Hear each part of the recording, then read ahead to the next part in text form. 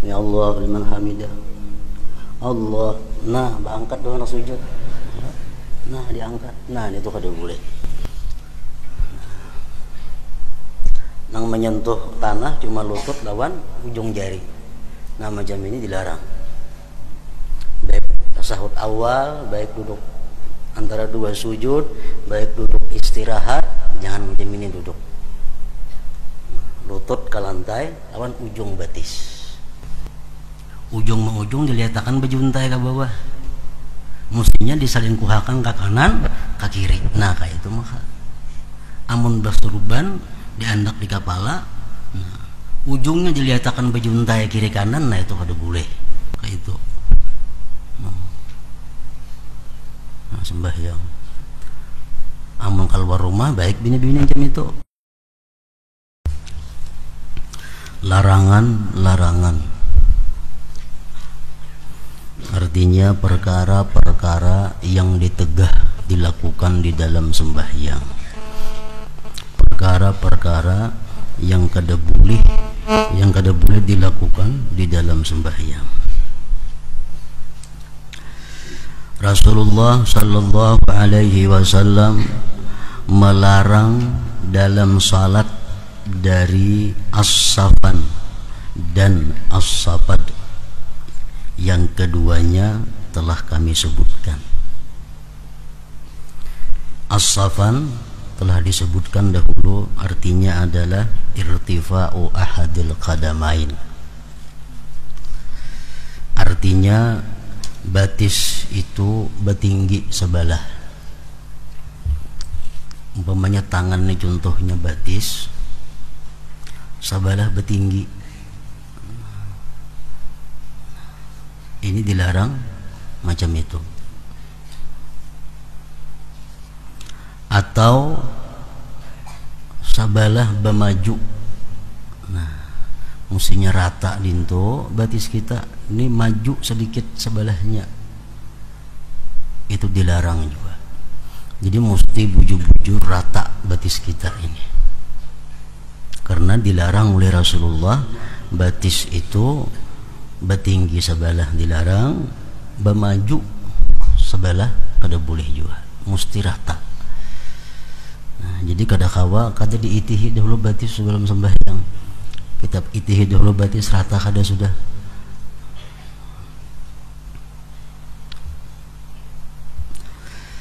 Dan as-safad itu artinya berait dua batis. Sudah disebutkan juga minggu dahulunya. Batisnya itu betatai dua berait. Nah, sembahyang batisnya betatai dua. Tasantok kiri kanan nih batis dilarang itu. Jadi mesti ada jarak. Jaraknya jangan terlalu luas, paling luas sakilan. Jangan mengumpati garis di pasahapan. Garis pasahapan itu keluasan.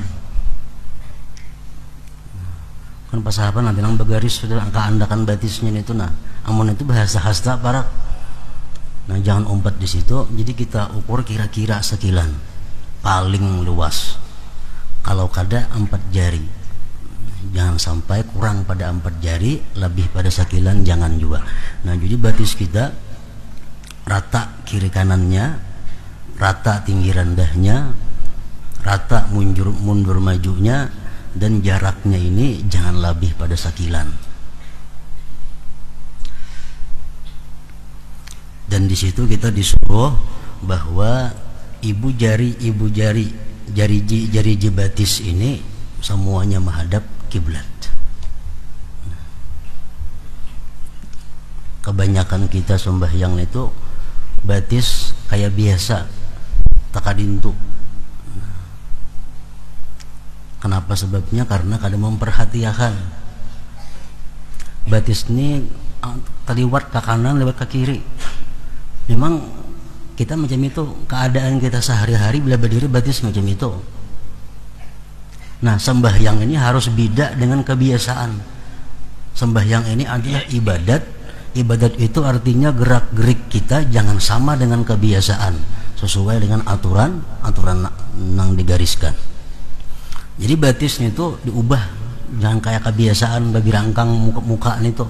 Nah rata akan umpang kayak itu, kawah aja rata akan kayak itu, jangan kayak itu. Nah rata-rata sembahyang macam ini, sembahyang ganjam ini batis tumit berapat muhara jariji beluas. Nah jangan, mesti rata. Ini sama bini-bini macam itu juga, laki-laki pun macam itu juga. Luasnya jangan lebih pada sakilan antara dua batis, dan jangan terlalu rapat kurang pada 4 jari. Orang-orang dahulu di zaman sahabat dan tabi'in disebutkan sudah dahulu, itu menandakan pikihnya seseorang, menandakan beilmunya seseorang. Bila orang tu sembahyang batisnya tapi rangkang lintu, tu orang kada beilmu. Kada beilmu, walaupunnya mengaji, walaupunnya bisa mengajar, batis tapi rangkang lintu sembahyang, itu tandanya orang kada beilmu. Jadi mesti rata. Jadi semuaan menghadap kiblat, jangan ada ke timur ke barat lintu, ke utara ke selatan batis.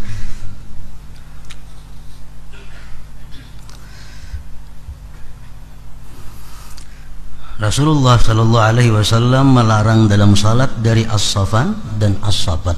Nah, jadi mesti jangan kayak kebiasaan. Memang kalau kita kebiasaan berdiri, tak ada itu tuh batisnya. Musambahyang ganti, jangan kayak kebiasaan lagi berdirinya. Dan Rasulullah melarang juga dari iq'a,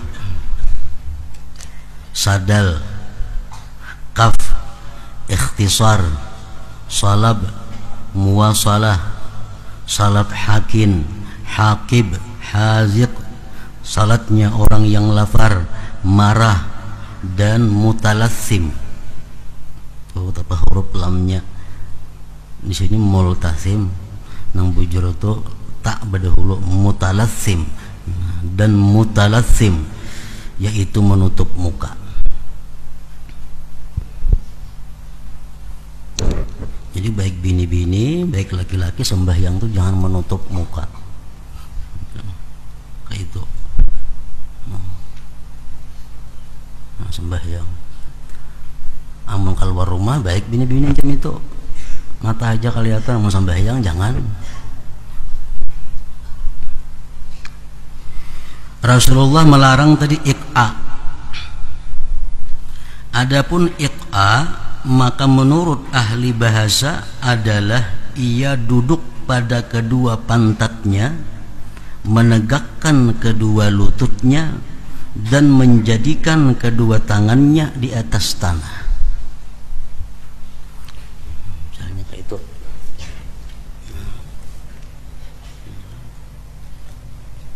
Ini duduk iq'a ngarannya. Sembahyang macam ini duduknya dilarang, ada boleh. Duduk di atas pantat, ini cagat berdiri, tangan ke tanah, telapaknya seperti anjing.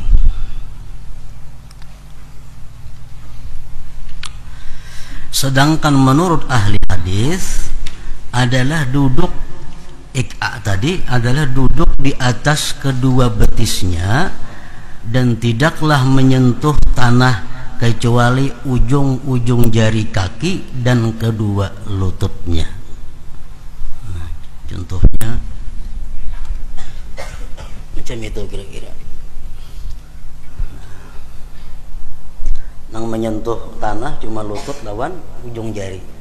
Nah macam ini dilarang. Baik tasahud awal, baik duduk antara dua sujud, baik duduk istirahat, jangan macam ini duduk. Lutut ke lantai lawan ujung batis, termasuk iq'a juga ngarannya.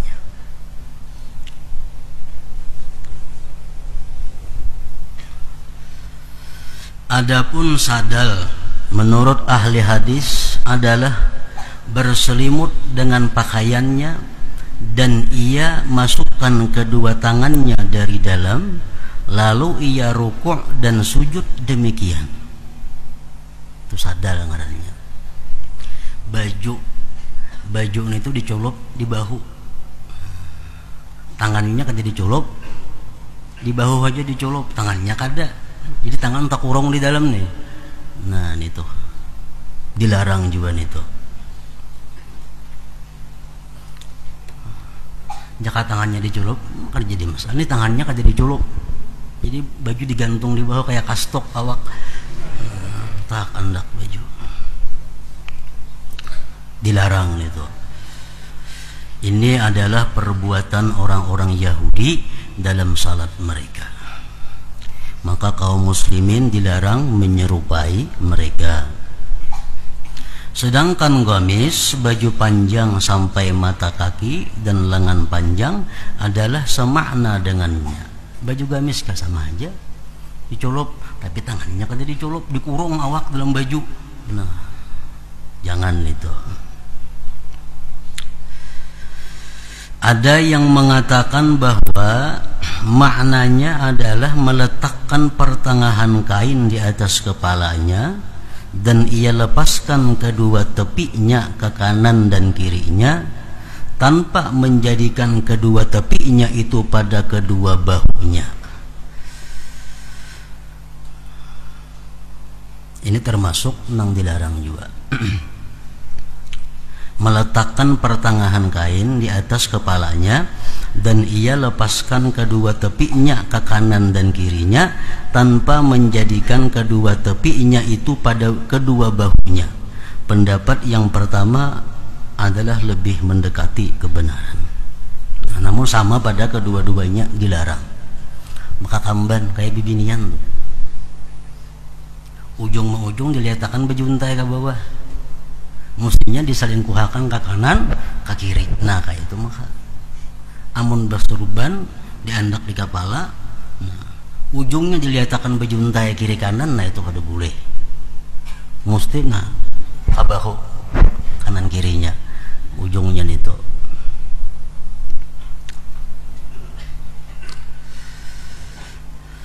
Adapun kaf, maka ia mengangkat kainnya dari muka atau dari belakangnya apabila ia mau sujud.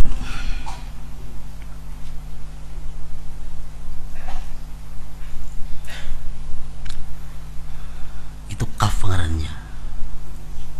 Mengangkat baju, mengangkat tapih atau mengangkat salawar atau mengangkat nang apa?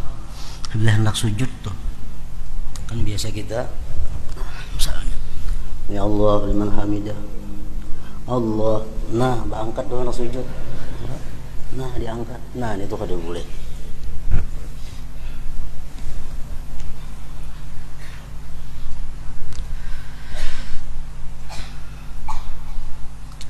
Sama menggulung tangan, baju tangannya.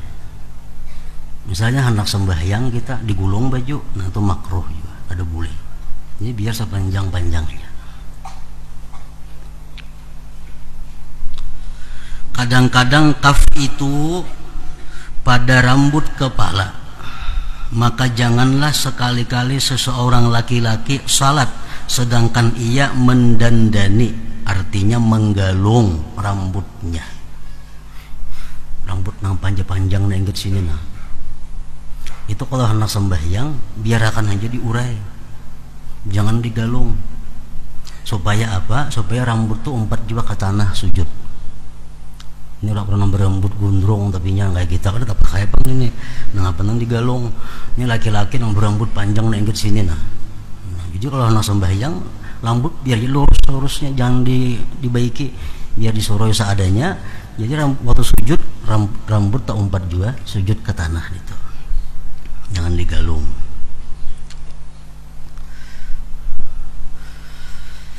Itu bagi laki-laki. Kalau bini-bini kada jadi masalah itu, digalung kada dalam mukana tuh kada jadi soal. Di dalam hadis umirtu an asjuda ala sab'ati a'dha'in wala akufu sya'ran wala thawba. Artinya saya diperintah, ujar Rasulullah, untuk sujud atas 7 anggota badan dan saya tidak menahan rambut dan kain. Tapi jangan diangkat dah nang sujud, jangan diangkat. Ahmad bin Hambal, imam mazhab Hambali radhiyallahu anhu, memakruhkan untuk memakai sarung di atas gamis dalam salat. Berbaju ke dalam, baik itu salawar, baik itu sarung, misal gamis, kan gamis itu panjang, lalu ditapihi di luarnya. Nah, ditapihi di luarnya. Atau baju kita panjang, baju kemeja biasa panjang, sembahyang, baju dibuat dalam tapih, nah sama. Atau bersalawar, baju ke dalam, nah dimakruhkan juga. Jadi bila nak sembahyang, baju ke dalam buka dahulu, nah keluarkan bajunya. Itu mazhab Imam Hambali. Ahmad bin Hambal radhiyallahu anhu memakruhkan untuk memakai sarung di atas gamis dalam salat, dan ia memandangnya termasuk kaf tadi juga. Nah, kaf tadi juga.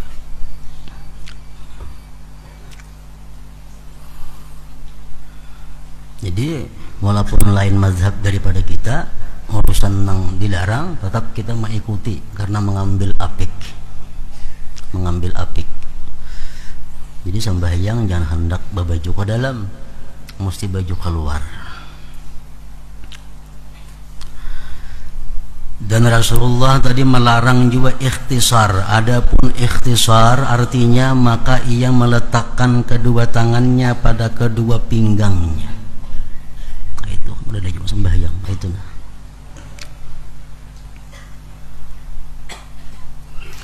Adapun salap adalah ia meletakkan kedua tangannya pada kedua pinggangnya dalam berdiri, dan ia renggangkan kedua lengannya pada berdiri itu. Ini berdiri berkaca pinggang. Nah, itu dilarang juga sembahyang macam itu. Adapun muwasalah maka ada 5. Kada boleh muwasalah nih. Muwasalah dilarang juga. Muwasalah itu ada 5. 2 pada imam, yaitu agar tidak menyambung bacaannya Fatihah dengan takbiratul ihram. Jadi mesti ada diam. Allahu Akbar, bismillahirrahmanirrahim. Tarawih rajin ng bahancapan tu nah. Kada bakuma-kuma lagi, semuaan berait jadi satu. Dilarang itu. Jadi takbiratul ihram itu kita Allahu Akbar, kita disuruh bertahan. Sekurang-kurangnya sekadar subhanallah. Nah. Yang kedua, agar tidak menyambung rukuknya dengan bacaannya.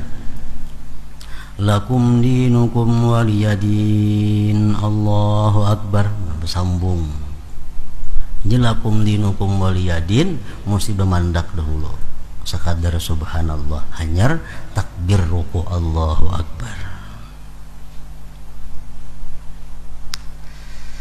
Dan 2 pada makmum, yaitu agar tidak menyambung takbiratul ihram dengan takbir imam.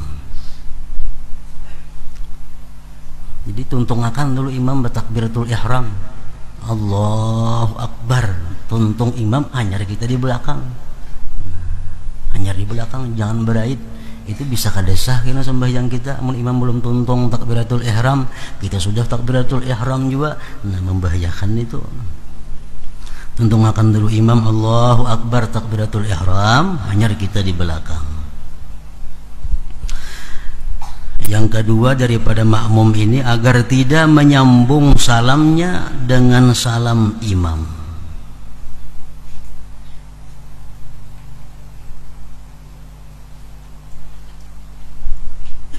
Jangan bersambung salamnya dan salam imam. Tuntungakan dulu imam itu salam, keduanya hanyar kita salam. Itu anjurannya. Tuntungakan imam dulu 2 kali salam, hanyar kita salam.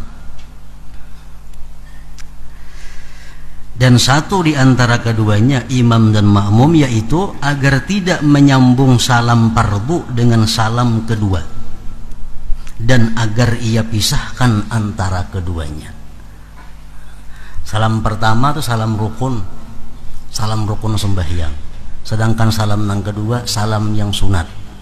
Nah, antara fardu dan sunat itu jangan digabung, mesti dipisah.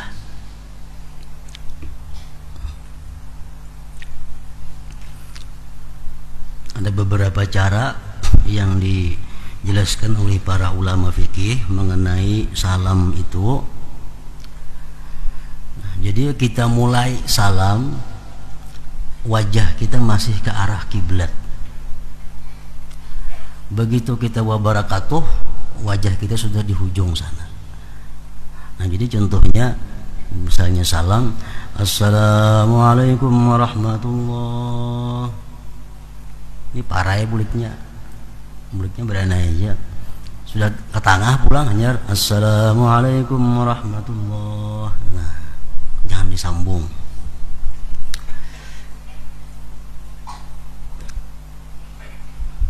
Jadi jari nang kita tasahud itu nang baangkat itu sampai salam hanya habis diangkat. Sampai kita menyapu tangan kita nah hanya habis. Jadi ganakannya aja. Assalamualaikum warahmatullah. Assalamualaikum warahmatullah. Buliknya itu kalau 2 kali salam. Kalau kita hendak sekali aja bang salam, kada usah kulih kanan kulih kiri, ganah aja assalamualaikum warahmatullah, itu aja. Hendak sekali aja misalnya salam, hendak 2 kali, nah jangan ke kiri ke kanan, lurus ke situ aja.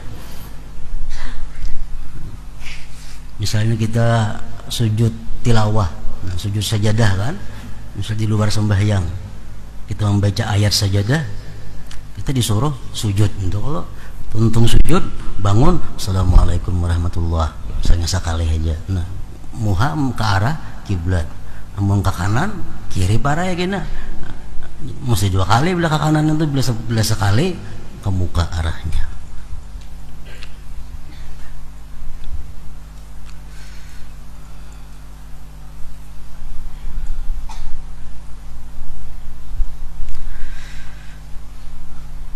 Adapun hakin adalah karena menahan kencing.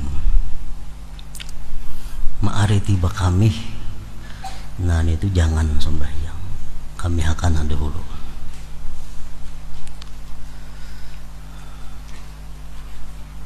Walaupun kalau putan berjamaah ada jadi masalah.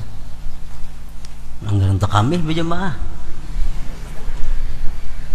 Walaupun kalau putan berjamaah kami akan dulu, jangan ma'aritin itu.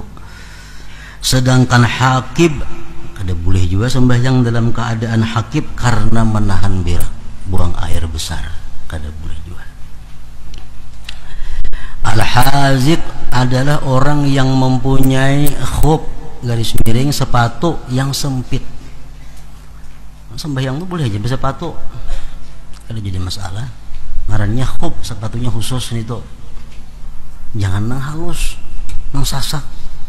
Nah dikiaskan ke situ baju kah, salawar kah, jangan nang sasak di bawah sembahyang itu.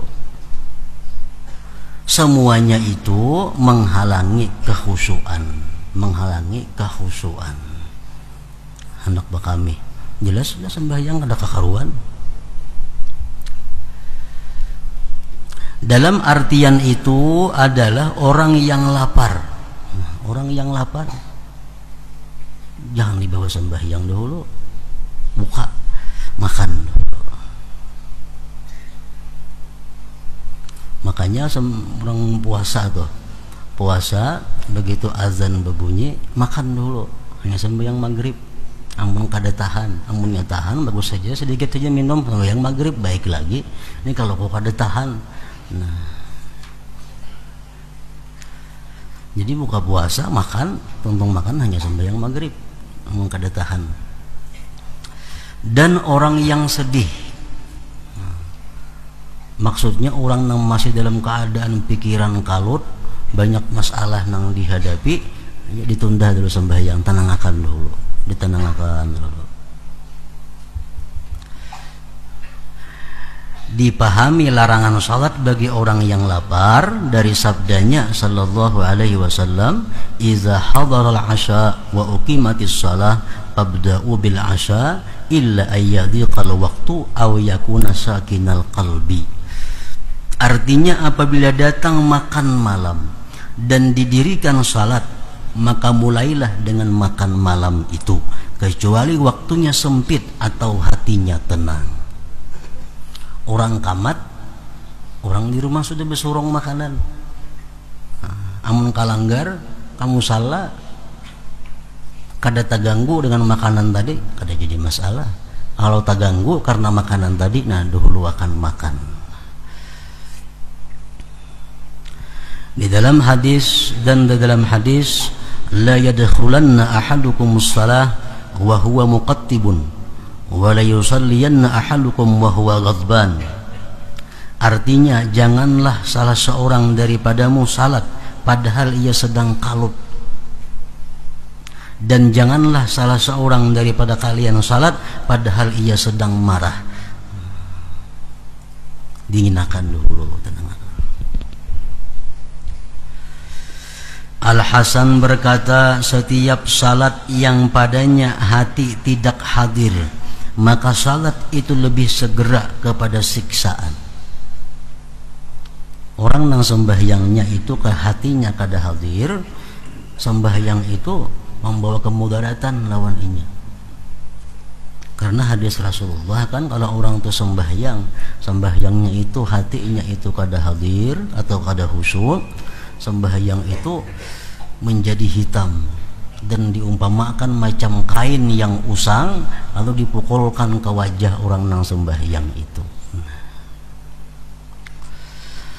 Jadi segala sesuatu yang mendukung untuk khusyuk itu disunatkan. Segala sesuatu yang mengganggu khusyuk itu mesti diselesaikan sebelum sembahyang.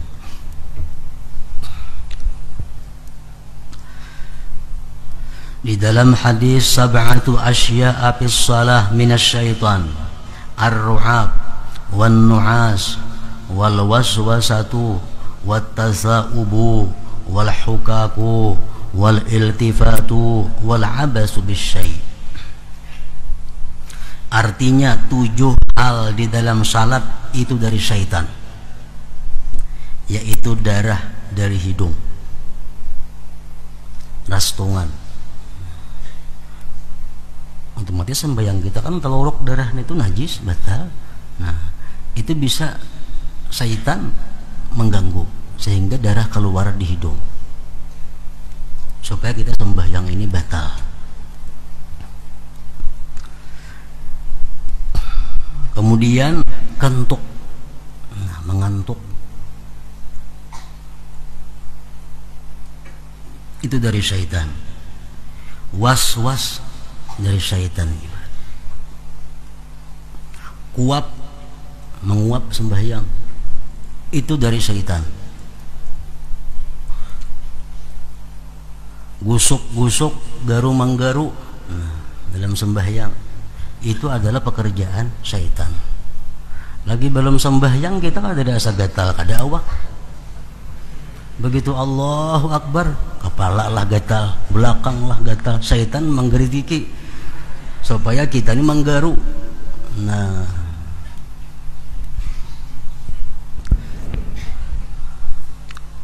menulih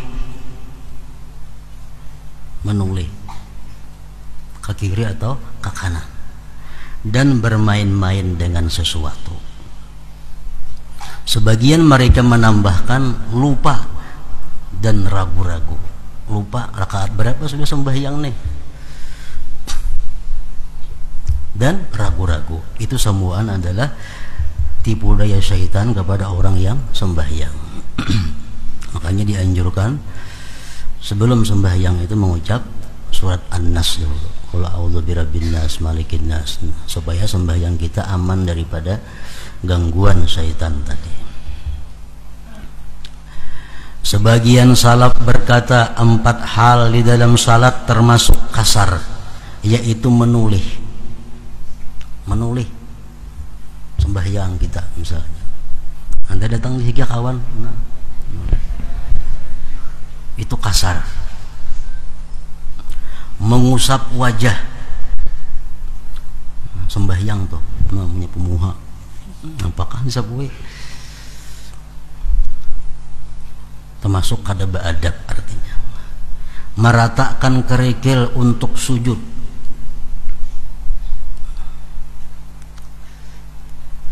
Begitu hendak sujud, dibersih dahulu nih, nampajang dahi bandak nih. Dan kamu salat di jalan orang yang liwat di mukamu. Artinya sembahyang di jalan, sembahyang di kalaluan orang. Nah itu. Dan beliau Rasulullah melarang juga dari menjalin jari-jarinya, memanjang. Memang ada jawaban kayak kita macam ini sembahyang tangan. Maka ini bepanjang adakah? Ada.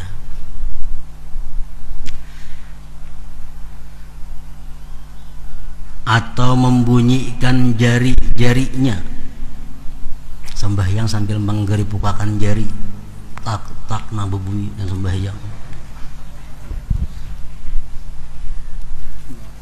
Waktu berdoa aja kada boleh, itu apalagi sembahyang. Berdoa ini nah menanai lawan Tuhan supaya diberi rahmat, supaya dikabulkan doa, tapi tangan geripukan itu apa?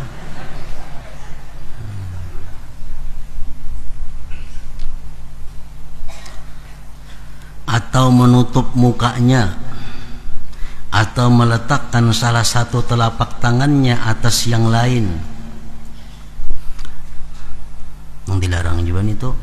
Dan memasukkan kedua telapak tangan itu di antara dua pahanya pada waktu rukuk.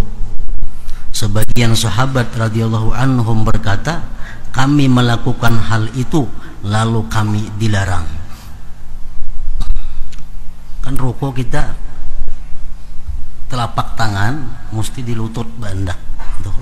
Nah, ada nih kada mereka sahabat dahulu rokok itu macam itu tangannya, nah di tengah-tengah dua lintuhut. Nah, itu jam itu tangan rokok. Kalau kita adanya kada jam itu. Nah, dahulu dilakukan oleh sahabat, akhirnya dilarang. Lalu kami dilarang. Dan dimakruhkan juga meniup tanah ketika sujud. Meniup sajadah makruh untuk membersihkan, dan juga meratakan kerikil dengan tangannya makruh juga. Sesungguhnya itu adalah perbuatan-perbuatan yang tidak diperlukan.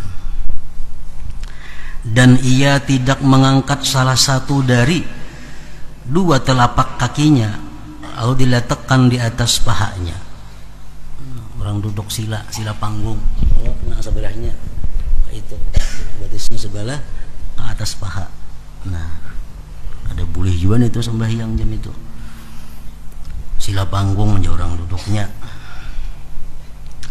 Dan tidak bersandar ke dinding waktu berdirinya. Sembahyang ketujuh parak tihang lalunya, nah bersandar di tihang sembahyang.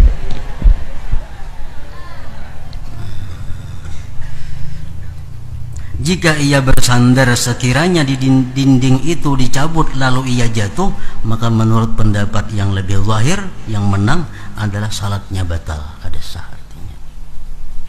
Allahu a'lam. Membedakan fardu-fardu dan sunat-sunat termasuk yang wajib, termasuk syarat sah sembahyang. Kita kau membedakan mana nang fardu, mana nang sunat. Seluruh apa yang kami sebutkan itu mengandung fardu-fardu dan sunat-sunat, adab dan hayat tingkah dari sesuatu yang seyogianya bagi orang yang ingin menempuh jalan akhirat untuk memeliharanya seluruhnya. Jadi sekecil apapun yang disuruh oleh Rasulullah dalam sembahyang hendaknya dilaksanakan. Sekecil apapun yang dilarang oleh Rasulullah di dalam sembahyang itu hendaknya kita jauhi. Memang kita kada kawa pas 100% sembahyang itu macam Rasulullah, kada kawa. Ada hadis Rasulullah, saddidu artinya bujur-bujur, harus pas artinya. Nah, amun kadakawa wa qaribu, parak pas barang. Parak pas, mengkadakawa pas sama sekali, parak lawan pas. Fardu dari jumlah itu ada 12 perkara, yaitu niat, itu fardu. Kedua takbir, takbiratul ihram. Takbiratul ihram, takbir yang pertama itu. Kenapa dengarannya ihram takbir itu? Pemulaan tuh Allahu Akbar, ngarannya takbiratul ihram. Ihram itu artinya mengharamkan. Artinya takbir itu mengharamkan kita berbuat, berkata sesuatu selain yang diatur oleh Rasulullah dan para ulama-ulama itu. 3 berdiri, 4 membaca Fatihah, 5 membungkuk dalam rukuk sampai kedua telapak tangannya menyentuh kedua lututnya, serta tumakninah, diam sejenak. I'tidal, tegak kembali dari rukuk dengan berdiri. 7 sujud dengan tumakninah dan tidak wajib meletakkan 2 tangan. Nah, ini pendapat dhaif. Pendapat yang muhtamad, telapak tangan itu wajib juga diletakkan waktu sujud, karena 7 anggota. Ada perbedaan pendapat ulama di situ antara Imam Nawawi dan Rafi'i. Nawawi mengatakan bahwa sujud itu 7 anggota mesti kena lantai, sedangkan Rafi'i menyatakan cuma dahi saja yang wajib, yang lain itu kada wajib. Nah, itu pendapatnya dhaif. Yang kuat yang punya Imam Nawawi tadi, sujud mesti 7 anggota. 8 bangkit dari sujud dengan duduk antara 2 sujud ngarannya rukun juga. Duduk untuk tasyahud akhir rukun juga. 10 membaca tasyahud akhir rukun juga. 11 membaca salawat atas Nabi Muhammad sallallahu alaihi wasallam rukun juga. Dan yang ke-12 salam yang pertama. Salam yang pertama itu fardu juga atau rukun juga. Adapun niat keluar dari salat maka tidaklah wajib. Ada ulama berpendapat bahwa ketika kita mengucap assalamualaikum warahmatullahi wabarakatuh, itu di hati kita berniat keluar dari sembahyang. Nah, itu kada wajib berniat, itu tuh sunat aja, kada wajib. Andapun itu kada dibuat niatnya, kada mengganggu sahnya sembahyang. Sesuatu yang selain ini 12 tersebut tidaklah wajib. 12 saja yang wajib, tetapi itu adalah sunat-sunat dan hayat-hayat pada sunat dan fardu. Adapun sunat-sunat maka dari perbuatan ada 4, yaitu mengangkat 2 tangan ketika takbiratul ihram. Mengangkat 2 tangan ini pun bila kita kada melatih, kita kada kawaju pas bicara amin dulu di rumah, di hadapan cermin diindahkan kayak apa nang pas mengangkat telapak tangan itu supaya jangan kurang, jangan lebih. Dijelaskan sudah bahwa ini apa ngarannya, belakang telapak jari membetuli bahu. Artinya jangan keluar pada bahu kayak itu nah kan keluar ngarannya nih, mesti membetuli bahu. Lalu nang ini ibu jari membetuli bawah telinga, atasnya membetuli ujung jari-jari.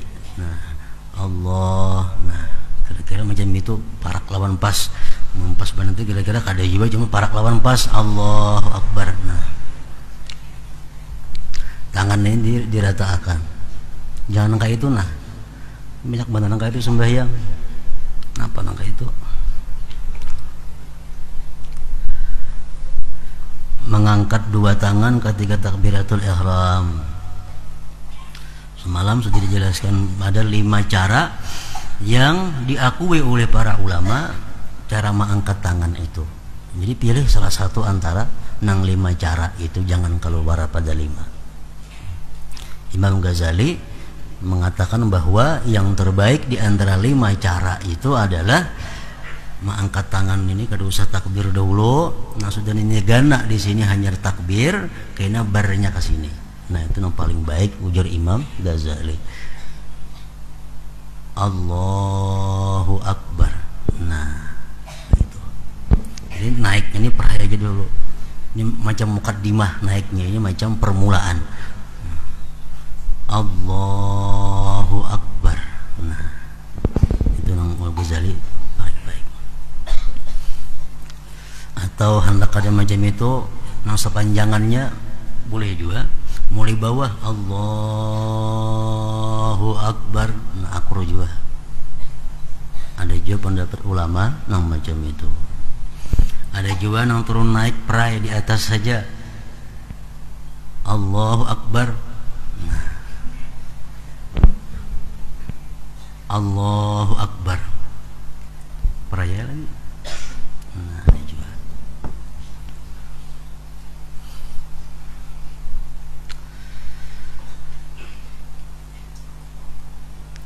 Mengangkat dua tangan ketika turun ke rukuk.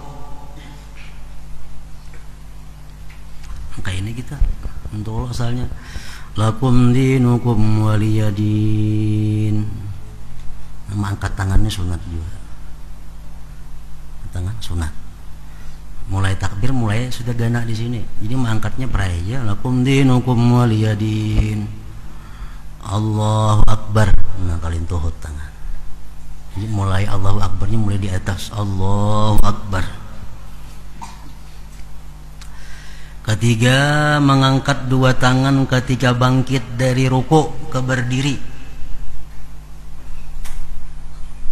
Kayak atidal.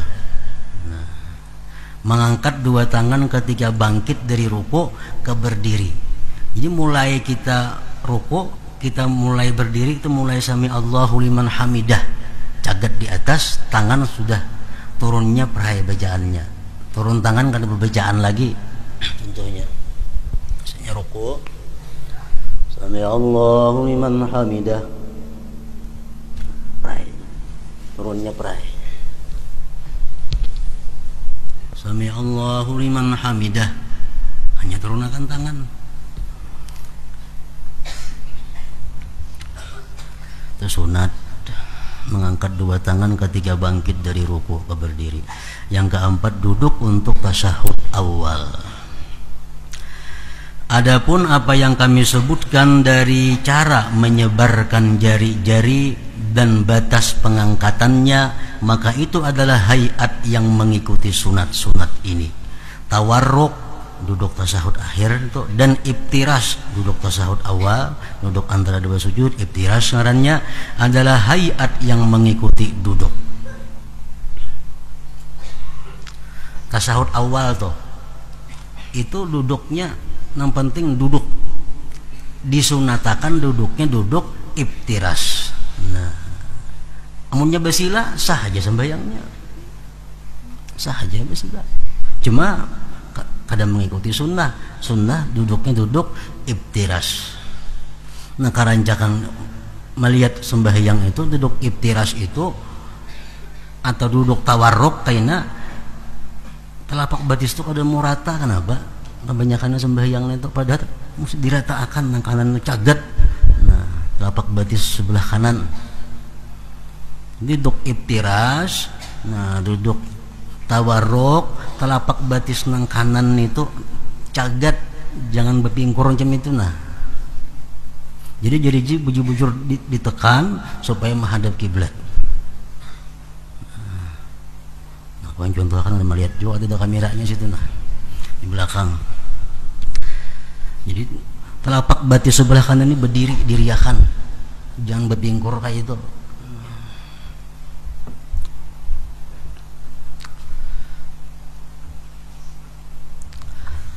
Tawarruk dan ibtiras adalah hayat yang mengikuti duduk. Menundukkan kepala dan tidak menoleh adalah hayat bagi berdiri dan membaguskan bentuknya. Duduk istirahat tidak kami hitung termasuk pokok sunat dalam perbuatan-perbuatan, karena hal itu seperti membaguskan bagi hayat bangkit dari sujud ke berdiri. karena perbuatan-perbuatan itu tidak dimaksudkan pada dirinya, oleh karena itu tidak disebutkan tersendiri. Nah, itu adapun zikir-zikir sunat maka yaitu